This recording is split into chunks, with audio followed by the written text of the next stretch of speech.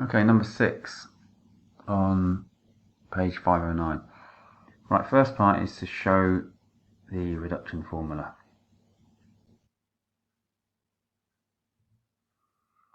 Okay, we're going to integrate by parts. This will be the part we differentiate. The one with the n is always the one you differentiate, and this will be the part we integrate.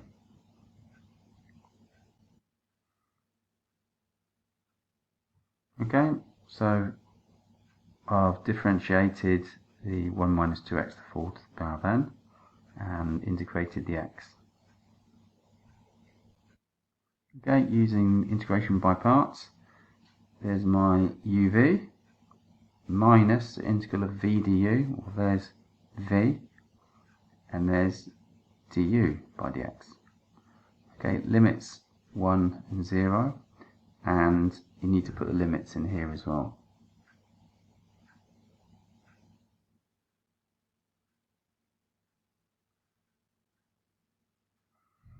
Right, next step is worth evaluating this because it will come out nicely.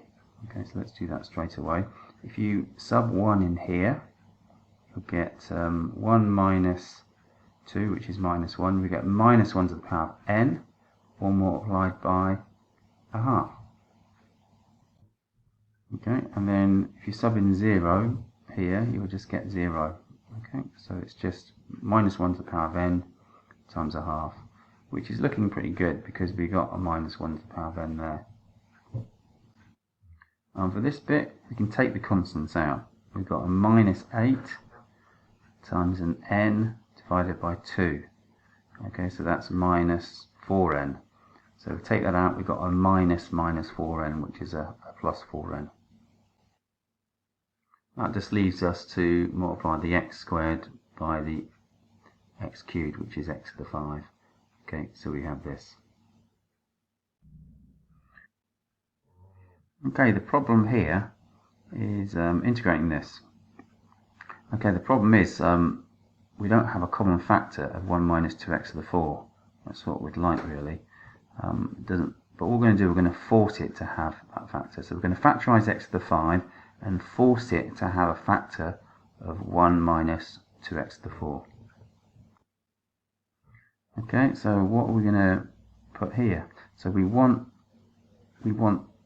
this times minus 2x to the 4 to equal x to the 5. So it's going to have to be negative x over 2. Okay, negative x over 2 times minus 2x to the 4 is x to the 5. The problem is we also end up with a minus x over 2. Okay, that's just taken care of by putting a minus 1. Okay, so we're going to get minus x over 2, but here we're going to get plus x over 2. So this all simplifies to x to the power of 5. Okay, so what we're going to do now, we're going to multiply this bracket out, but we're going to keep the 1 minus 2x to the 4 together. We're going to keep it grouped. Okay, now it's important to keep these groups. Okay, we're going to multiply the brackets out, but we're going to keep these grouped. So we're going to think of that as one term. So that divided by all of that, plus this term divided by all of that. Okay, so this term multiply all of that is that, because look, that's the power of 1, and this term is the power n minus 1. So add the powers, 1 plus n minus 1, you get n. Okay, and then x over 2 multiplied by that term is that.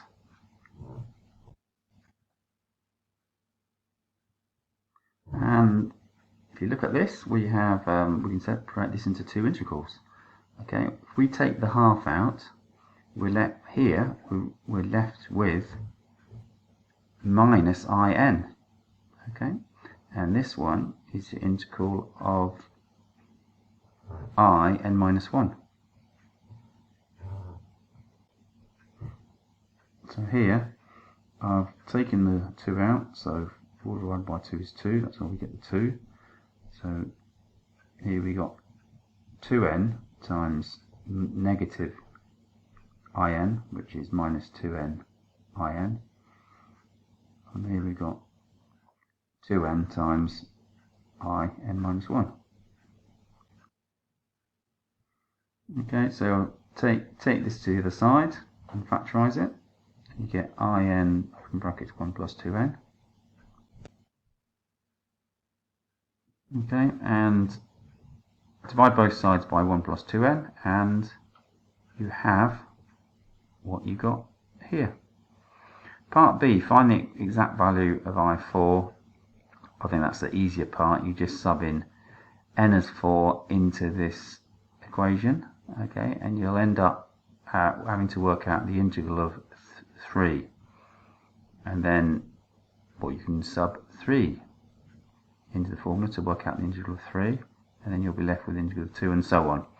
Okay, so you'll have to do a few repeats, and then you can put them all in to work out I4. Okay, part B, we want I4, so use the formula and sub in n as 4. So I've done that, and I've got this. Okay, and we end up with multiplied by the integral of 3. So we need to work out the I3, the integral when n is 3. Okay, so now to find I3, so sub in n as 3 in here, and you get this. So all multiplied by I2. So now we need I2. Okay, I've worked out I2 and I1. We can't really use it. Well, we can only use it for n is 1 greater or equal to 1. So that's the last one. Okay, but we do need to work out I0. So we can just work that out normally. Okay, I0, well, you end up with this to the power of 0, which is 1. So really, it's just the integral between 1 and 0 of x. Okay, which is a half. Okay, so now we know I0. We can work out I1. If we know I1, we can work out I2. If we know I2, we can work out I3. If we know I3, we can evaluate I4. Okay, putting it all on one line, we get that, and then calculating it is 107 over 630. 107 over 630. And of course, you can just do it on your calculator using the option button in your class whiz.